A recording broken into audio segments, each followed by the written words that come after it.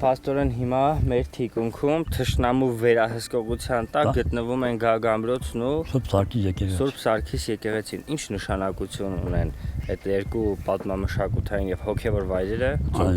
Կոթեցու կյանքում։ Կոթեցու կյանքում ունեն մեծ նշանակություն։ Նախ եւ առաջ դեռ 5-րդ դարում, երբ հայկական գիրը 405 թվականին Մաշտոց ստեղծեց, Վրաստանի կառավարությունը, Վրաց թագավորը խնդրում է Մաշտոցը, որպեսզի իրենց համար գիր ստեղծի։ 409 թվականին, որ Մաշտոցը Վրաստանակնարից եղել, այս ճանապարհը ապահով է եղել, որովհետև քրի մոտից ճանապարհներ եղել են, բայց վտանգավոր են եղել, օդեր շատ են եղել, այս ճանապարհը հարմար է եղել։ Մաշտոցը իր հետ վերցրել է Սուրբ Սարգսի ոսկորներից, եւ այդ սարի գագաթին թաղել է։ Փայտե խաչ է դրել, փայտե խաչ։ Ու ինքը շարունակել է այդ ճանապարհը։